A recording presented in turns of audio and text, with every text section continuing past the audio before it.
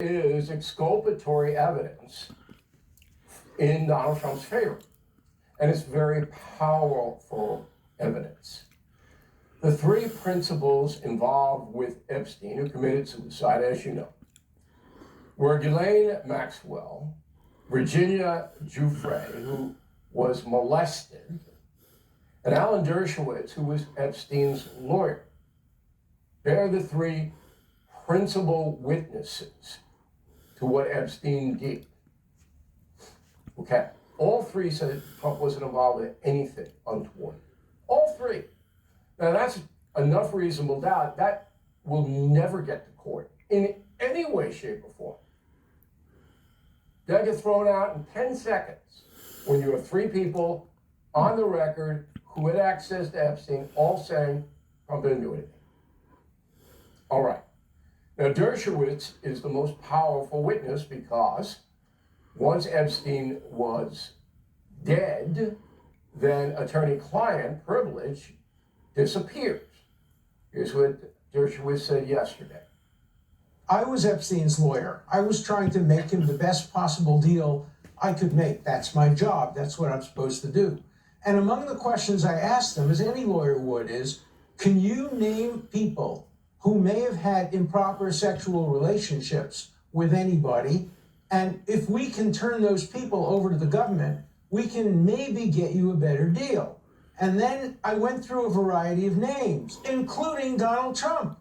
And Jeffrey Epstein said, no, Trump didn't do anything wrong. Go ahead. So what more do you need? Doesn't matter. The press ran wild last night. Okay? ABC World News Tonight spent 4 minutes, 23 seconds on the story. NBC Nightly News, 4 minutes, 34 seconds. CBS TV News, 2 minutes, 7 seconds. Cable, these are estimates on cable, because you have a 3-hour prime window, prime time. CNN, 1 hour and 10 minutes out of the 3. MSNBC, a whopping 2 hours, 9 minutes. Fox News spent 5 minutes on it. Okay, so this is just crazy. But it gets worse. So there's a congresswoman from New Mexico named Melanie Stansbury. Roll it. Secondly, whether or not Virginia Giuffre has accused the president of wrongdoing, what I'd like to say to the American people is believe your eyes. We have all seen the photographs of Donald Trump with underage girls sitting on his lap. There are no photographs of Donald Trump with girls on his lap. So either Congressman Stansbury is lying, or she got faked out by some AI thing or whatever. There are no photographs. Now, the House Ethics Committee should absolutely drag her in and say, what the deuce are you doing? Second, a guy named Rick Stengel, Trump hater. Okay, who used to be a journalist, then he was a Democrat, whatever. Roll him. I mean, the idea that he calls it a hoax, and all day long people can watch on television them leering at girls at parties and things. It's like, well, gee, it's not a hoax. So I think it has legs, and it should, and it is the sort of thing that could undermine the basis of his presidency. Again, it's not true. There's no evidence of the president leering at anybody.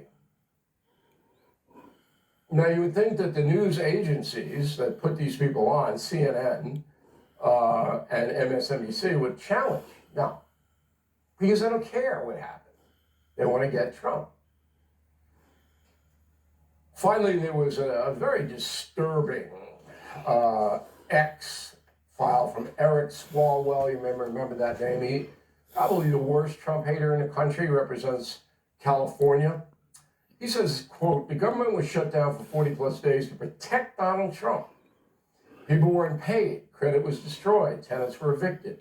All because pedo protector Mike Johnson sought to shield Donald Trump.